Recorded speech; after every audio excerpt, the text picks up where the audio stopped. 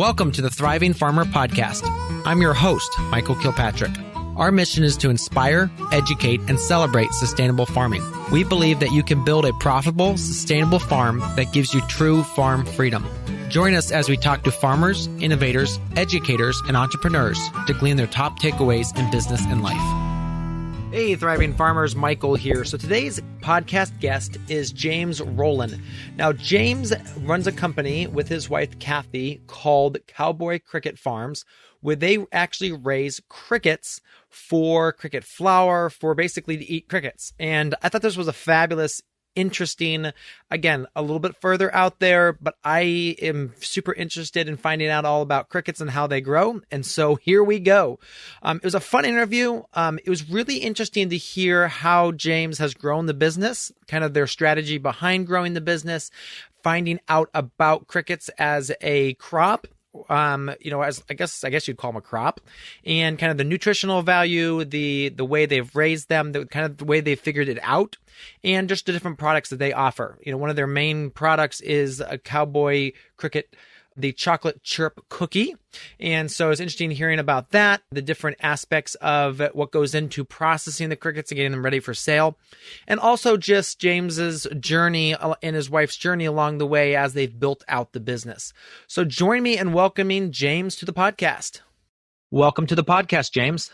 Well, thank you for having me. So talk to us a little bit about your farming operation. Well, I'm the Chief Operations Officer for Cowboy Cricket Farms, and the name tells you kind of everything. We farm crickets, so we're here in Montana trying to make a insect that's subtropical exist in a cold mountainous region year-round. Okay, very cool. So crickets. So in where you are, you're probably growing them inside. That's correct. All of our farms are indoors. Gotcha. Okay. So let's talk a little bit more about your background. How'd you get into cricket farming? Well, my wife and I met when we were in the Coast Guard, and we moved around quite a bit, but we had one business that eventually failed, and that forced us to move again. But we ended up in Bozeman, Montana to go to school. And while going to MSU Bozeman, my wife found something called the Bug Buffet. Again, exactly what it sounds like. And she went there and people were excited. And she came back and told me, people want to eat bugs. They're excited. This industry is growing. I said, no, this is an absolutely stupid idea. You're not doing this. But as usual, she was right. I was wrong. And, a few years later, here we are. Okay. So how do you even learn about growing crickets? Did you reach out to other people that were doing it, or did you travel overseas? Mostly YouTube. Okay. We did certainly reach out to people, and we did find two that would help us a little bit, but they were still learning themselves. The people that actually already knew this and had been farming crickets for a while, they wouldn't talk. They wouldn't help. And so we had to do a lot of it just through trial and error. And that's actually why we have our YouTube channel now, is to teach other people how to farm crickets so they don't have to take 2 years of trial and error and experimentation to do a fairly simple process. Okay, so let's talk about the type of crickets that you grow. Is there a specific type that you are growing? We raise Acheta domesticus. There's only 2 species that you can really raise in the U.S. commercially because of the regulations about transporting them around the different states. Okay. Acheta domesticus and Grilla siglatus, which is the banded cricket. So that's pretty much the only 2 you're going to find. Okay, yeah, because we in the studio here had a cricket infestation, and for about a month or 6 weeks, every single podcast had crickets in the background. We could not get rid of them. So, we had way too many of them. So let's talk a little bit about what does a typical day look like for you? Well, the nice thing about the crickets is that they don't take a whole lot of work, really, once you get everything set up and your farm's all going. So most of my day has to do with operations for the company, making sure that our marketing efforts are where they need to be, although that's typically not a big thing for us either, that we have our production scheduled, just all that stuff. So then you obviously have a team then that's doing the actual day-to-day care, and let's say the things like harvesting and feeding and shipping, that sort of thing. Yeah, there's just a few of us on the whole Cowboy Crickets team. There's 5 total. three of which are part-time. And that's all it takes for us to actually manage our farm. That's almost 5,000 square feet. So it doesn't take a whole lot of resources. But when we are in there to actually farm the crickets, basically you start the day off by making sure you have your food and water on your little cart.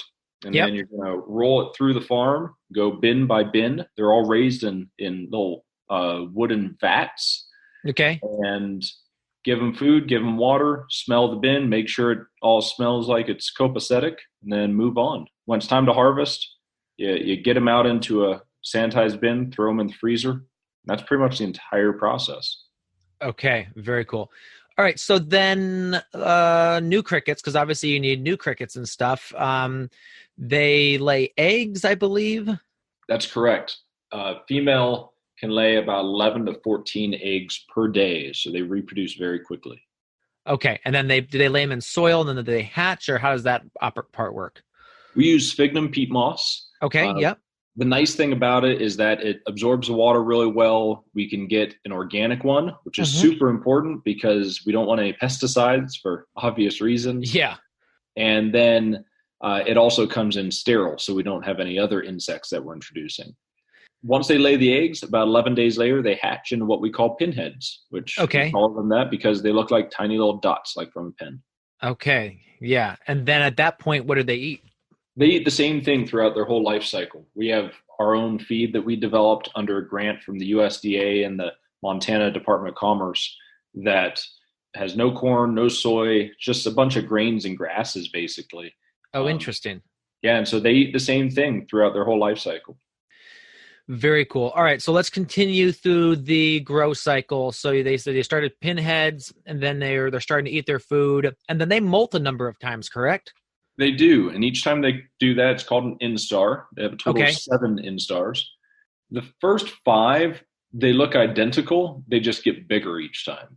Gotcha. The 6th one, you can start to sex the females because you can see their budding ovipositor. And then the 7th instar, the final adult instar, you can easily tell the males and the females apart. The females are much larger and have a full ovipositor, which is a little stick coming off of her backside that she uses to lay the eggs in the soil. Okay. And the males are a little bit smaller than the females, and they're the ones who chirp. So if you hear a chirping cricket, you know it's a male. Okay. All right. So I had a basement full of male crickets then. That's right. I mean, there were definitely females there somewhere. I'll guarantee you that. Yeah. So we ended up putting out traps, and the best way was just sticky traps. We just found sticky traps, ended up to attract them. And we had literally dozens. I was shocked at how many we ended up having in our basement. But yeah, now they're all gone because it's cold outside. And so, all right. So then harvesting, you said you just put them in the freezer, you freeze them, and then you freeze dry them, correct? We dehydrate them to process. The nice thing about the freezing, though, is that's just part of their natural life cycle. So it's something that would happen to them every year anyways. As it gets cold, they go underground and they knock out. Come springtime, it would warm up, and the younger, stronger ones would wake back up and live. The older ones would have already died off. Yeah. So it's a very humane way to harvest and very cost effective.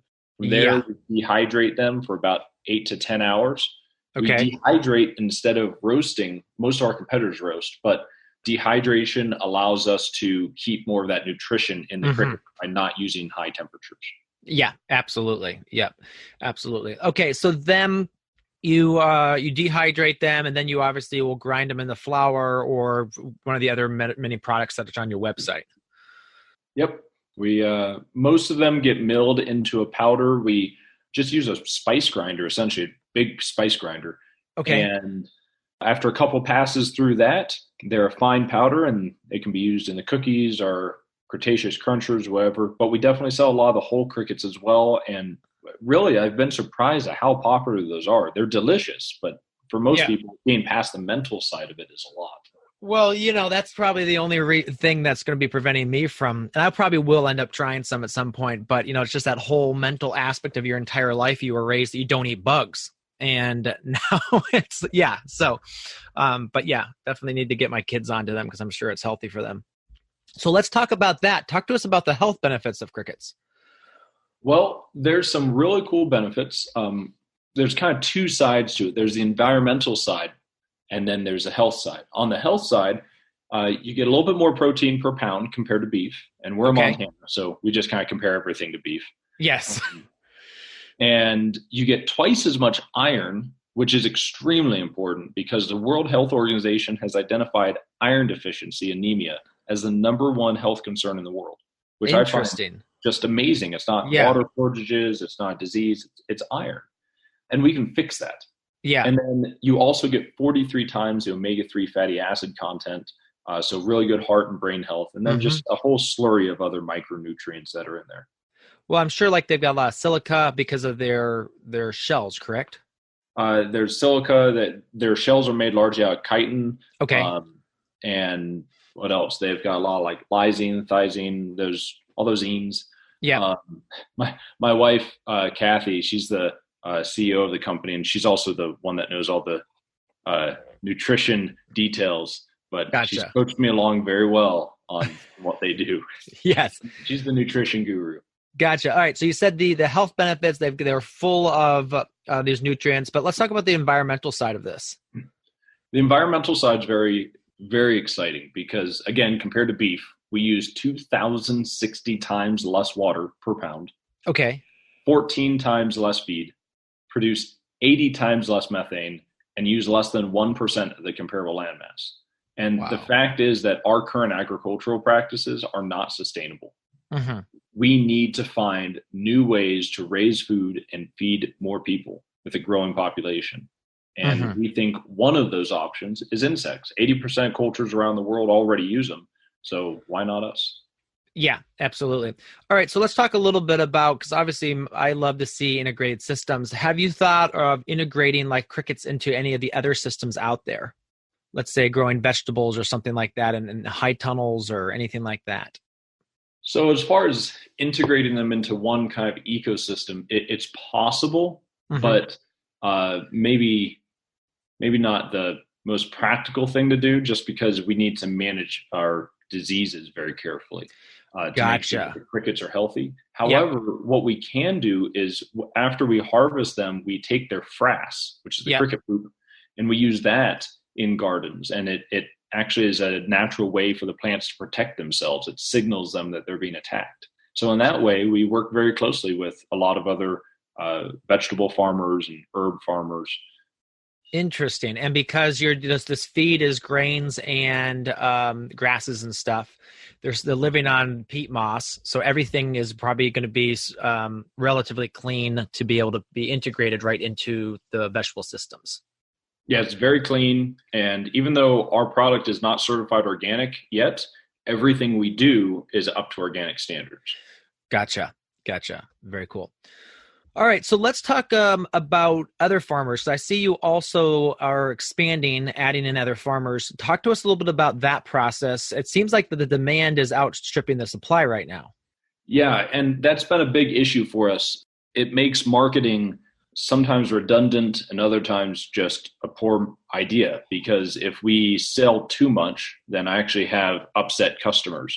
And so until we figure out the supply side of things, this market cannot grow, at least not very quickly. So what we've been doing is, instead of trying to do it all ourselves, which is what most people in the industry are trying to do, and I totally understand that, we were forced to bring on other farms. And it's been an absolute blessing. We now have a way to spread out the risk of farming, but also spread out the reward. And so we have people who are excited all over the country to farm crickets for us. We give them a guaranteed source of income, and we give them a really good network to fall back on for information when they're having hard times and can't figure something out. Yeah, very cool. So the average person who's investing in this, they just have a building or a place to grow the crickets, and then do they ship you the final product, or they ship you the crickets after they've been dehydrated and then you grind them? It's either frozen or dehydrated. Kind of depends on how far away they are. One thing with the dehydrated, though, is at that point, those crickets are food. So all of that needs to be done in a commercial kitchen and be licensed by that local health department. However, the shipping them dehydrated is a tiny fraction of the cost compared to shipping them frozen. So several of our producers still go that route. Gotcha. Okay, that makes sense. And just have the 20-seat kitchen on site, which actually isn't that much work to put in place if you know what you're doing. Yeah, So, well, and that's the big thing. If you know what you're doing, it took us 18 months to open the kitchen the first time. I think we could probably do it in 5 months now. yeah, absolutely.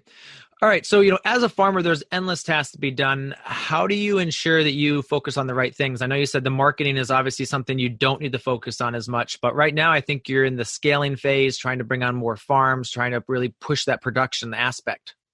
Yeah, that's something that I've had to struggle a lot with as I start kind of giving away power within different aspects of the company. However, it's extremely important to have that team there, have people that you trust, and find someone else to do some of the work, because at the end of the day, it's just too many hours, too much work, and you lose sight. So really the whole way we've done that is just building a good team. And the five of us each have our tasks, but we're all cross-trained. And so if we need to, our graphic designer can come in and make cookies, and he can also do farming. Neither of those are his tasks, but he definitely knows how to do them. Yeah. And the thing with the crickets is it's not like it's a very complicated system, like let's say like grafting tomatoes or something, which can be quite technical. Sounds to me like it's basic principles that have to be followed, but it's not, incredibly complicated. Yeah, it's not horribly complicated. We teach a 5-day course on how to do it. By the end of that, you should know everything there is about farming crickets. And I mean, it's just not that difficult. The biggest thing is sometimes people try to change the settings and humidity, and experimentation is great, but not when you're trying to do something on a commercial scale. Yes. Gotcha. You do not want to screw it all up at that scale. So, No. So let's talk a little bit about your mentors. I mean, obviously you said you reached out to a few different farms, but who would you say have been your mentors as along your journey? Business mentors? Talk to us about that. Absolutely. One of our largest ones, although not in business, has been Dr. Florence Dunkel. She's the entomologist that created the bug buffet. She's helped us tremendously with a lot of our research and resources along the insects.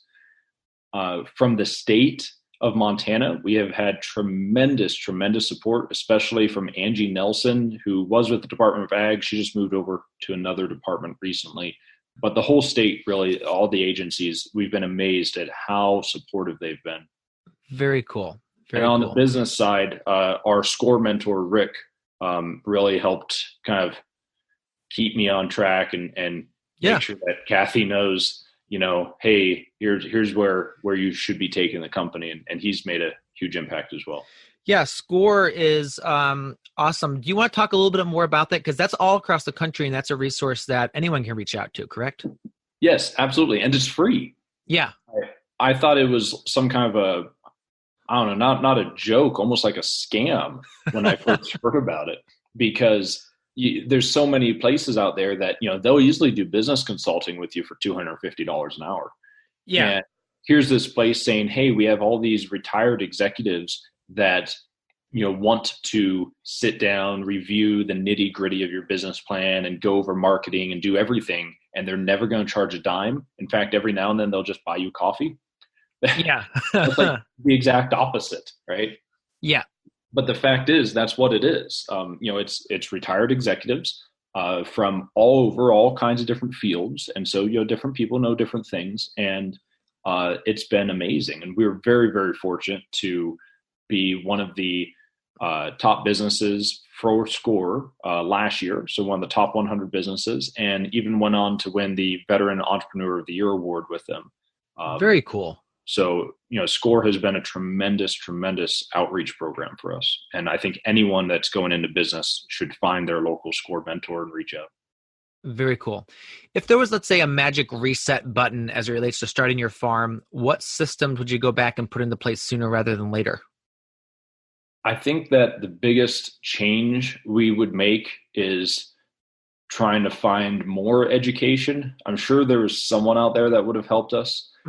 Just putting that in, making sure that we knew what was going on would have saved us a year and a half and tens of thousands of dollars of struggle. I don't know if that existed, so it might not even be possible, but that's the biggest thing. We just spent so much time and money doing it the wrong way and learned a lot from it. Putting that in play would have been nice. Absolutely. And with that, I'd like to stop here and take a quick break. In a minute, we'll be back with James Rolin from Cowboy Crickets in Bozeman, Montana. If you've been enjoying this episode so far, you're going to want to head over to growingfarmers.com/free resources and download our free resource bundle to help you shave hours off your week and become a thriving farmer. It includes resources such as our 10 winter growing secrets we wish we knew when we started, which is a ebook which talks about the tips and techniques to get better growth in your winter production. We teach things like the simple but counterintuitive principle that trips up most beginning growers, the shape and size of tunnels that are best for winter production, how to prepare beds so they are weed-free and get beautiful, lush stands of crops, what to do about pests like aphids, voles, and slugs, how to fast-track your research to fine-tune your production for your microclimate, and how to pack in more crops for higher yields and profits. So head over to growingfarmers.com/free resources and download your free resource bundle today. We are back with James from Cowboy Crickets in Bozeman, Montana. James, talk to us a little bit more about the team. How do you divide roles? We have 5 well-divided roles. Kathy is the CEO, and so most importantly, what she does is really provides us an intent, right? So in the Army, we call it commander's intent. They'll send down what they want done, not necessarily how to do it, just where our end goal is, where mission complete is. And so then my job is to take that information and actually execute on it. So I work with our graphic designer, Cree, our farm manager, Kyrie, and Sarah. She comes in and helps with a lot of the cleaning. Okay. And when each of us are doing our tasks, that means that we shouldn't really have to be going too far outside of our left and right boundaries.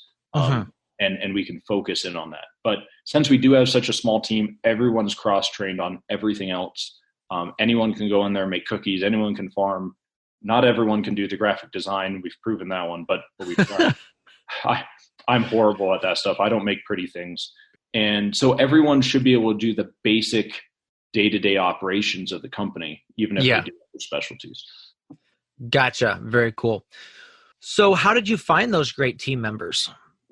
Sheer luck and numbers. Okay.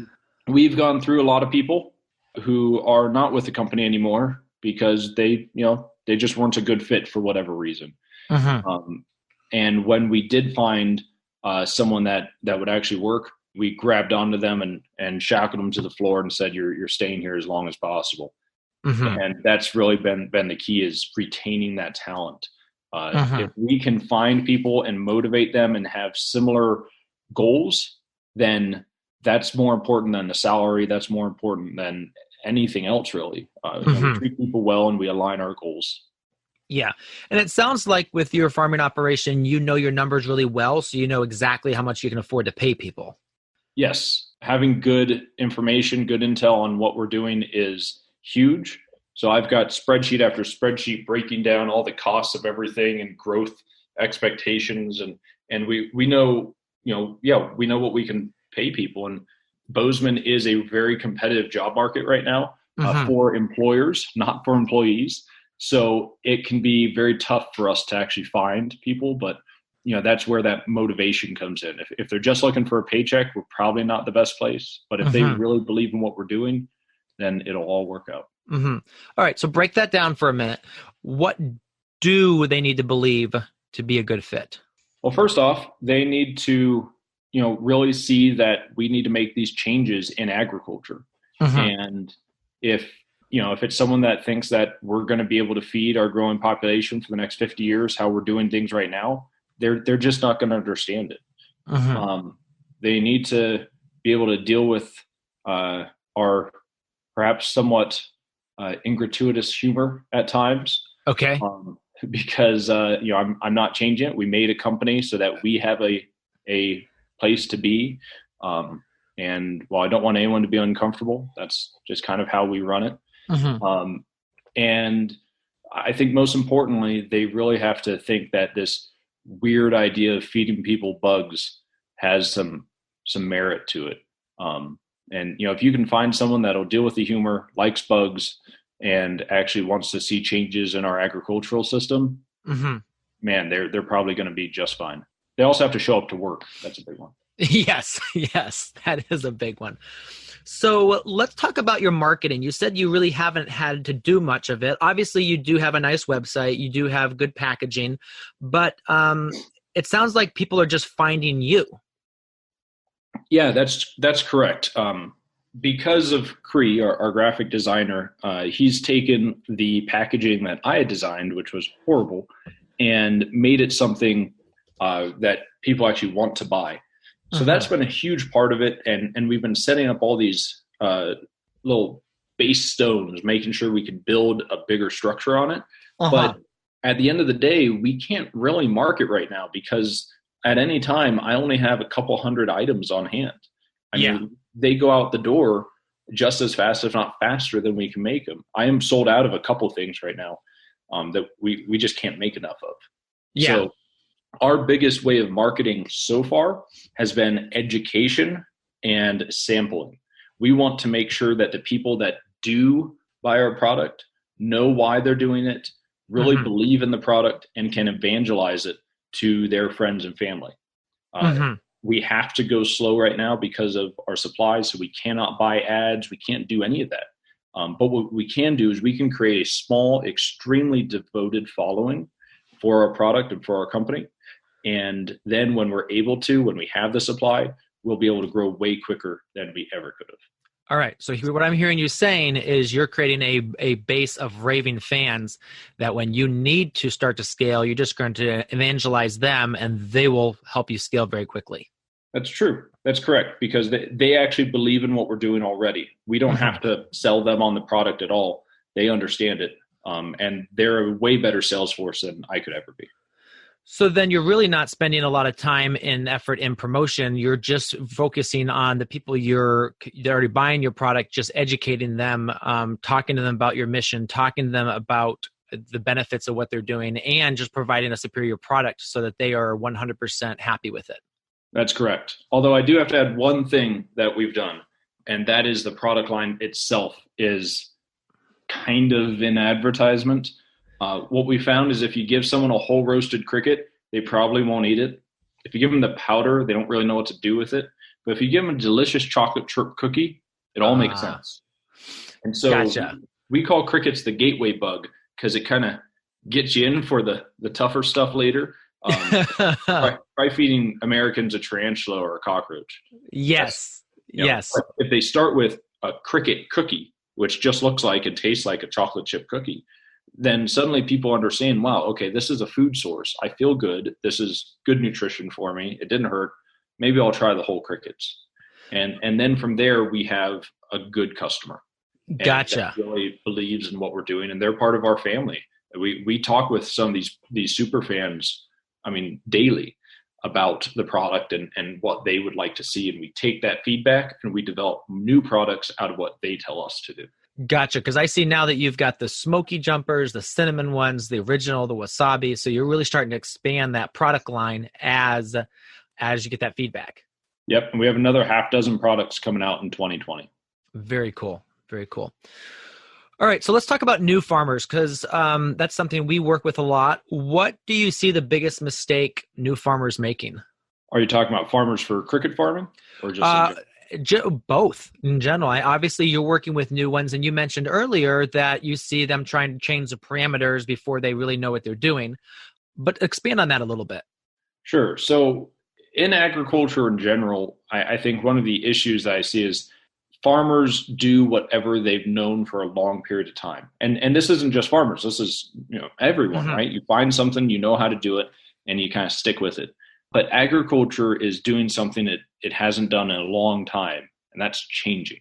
And so the farmers, not just in cricket farming that we've seen that have been the most successful, are those that are willing to adapt constantly to new technology and new opportunities. And a lot of our farmers coming on board for cricket farming actually are doing just that. They're coming over from other types of agriculture, and they say, look, I raised chickens for 60 years. I've got these giant chicken buildings. They aren't paying enough, but I still have the buildings. Can I raise crickets in them? It's like, heck yeah, you can. So we make sure that they have the education, because the biggest mistake we see with cricket farming is they simply don't know what to do because the information is hard to find. We're trying to fix that, but still it's hard to find. And if you don't know what to do, you have to guess. Gotcha. So talk to me a little bit about the YouTube channel. Is there how do they find that YouTube channel? Sure. You can go right on youtube.com/Cowboy Crickets, or just do a search for Cowboy Crickets. You'll find us. Very cool. And we kind of have two different things we do with the channel. One is teach people about farming crickets, how to farm crickets, why, a lot of the motivations, as well as how to do all the processing, and everything that we do in our company, you can repeat just by watching our YouTube channel. The other thing that we do there is just take you kind of behind the scenes in our life and the company itself. Make sure that if you're someone that wants to know about Cowboy Cricket Farms, then you know everything about it. We are an extremely transparent company. So you can watch some of our family vacations, escapades, all kinds of stuff on there as we try to make a go at this whole cricket farming thing. Very cool. So talk to us about the beginning. You said at the beginning you'd made a lot of mistakes. When did you know that you'd actually made it, that this was a viable business, that you could take this to the next level? I think we're still learning that every day to some extent. But the big change probably came this last summer. So just a few months ago, when we just could not keep up on product. Even though we had 7 farms onboarding or already sending us product, no matter what we did, we just kept selling out every couple weeks. And at that point, it kind of hit us like, wow, if we can scale this thing, there's demand, and people really do want to know this. Yeah, very cool. Very cool. All right, if you could pick one, what would be your favorite farming tool? Favorite farming tool? I love those balers that go down and go across the wheat fields. Okay. We have just right outside my front door, actually, I can see these giant wheat fields, and they've got, I don't even know what these things are called, harvesters maybe, but they just go along and just like eat up all the stuff and then poop out the little bales right behind them. Those things are amazing to watch. Okay. All right. Yes, I get the attraction to watch that big machinery. That's half the reason I got into farming. And actually, this fall, I got to take my daughter to sit in one of the combines, one of the great big combines harvesting beans this fall. And I claimed that she had asked me about going in and sitting in it, but it may have been the other way around, that I was using her as an excuse to go ride in it myself. But she ended up having a good 2 hours in the combine and didn't want to stop. So I think we both benefited. Where can people find out more about you and your work? Well, you can go to cowboycrickets.com, search for Cowboy Crickets on Google, and you'll find all kinds of articles about us. And then all the social media platforms at Cowboy Crickets. So Facebook, Twitter, Instagram, YouTube. I'm sure I'm missing something there. We try to make ourselves as easy to find as possible. But if you're going to be in the Bozeman, Montana area, February 2020 or later, you can come by our brand new facility that we're opening, and you can actually come in and do a self-guided tour through our insectarium, learning about what eats bugs, who eats bugs, what kind of bugs we eat, big educational interactive exhibits. And then you can take a tour through the actual cricket farm, see how the whole operation works. It's an amazing time. We've had thousands of people go through our old facility, and we can't wait to open up the new one.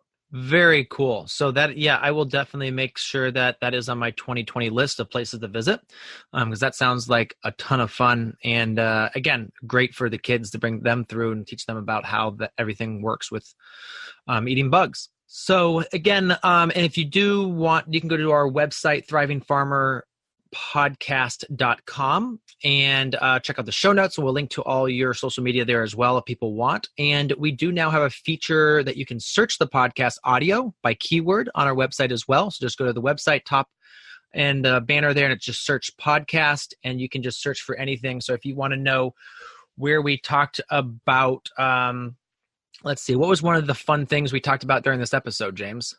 Maybe the growth cycle of crickets? Yes. So if you would like to type in, what did you say that word was, the different growth stages they go through? They're called instars. Instars. So yeah, if you want to type in the word instars, that will pull you right to the area in the podcast where we discussed that. So James, thanks so much for coming on today. Really appreciate this. It's been a fascinating conversation, and I know our audience is going to love it. Awesome. Thank you so much for having me on. So there you have it, another episode in the books. So I'd love if you would hop on over to iTunes and leave us a rating and a review. Those mean everything to us. We love to hear what you're thinking. If you have a podcast guest that you can recommend, please pop on over to the Thriving Farmer Podcast website and leave us a review. That's thrivingfarmerpodcast.com.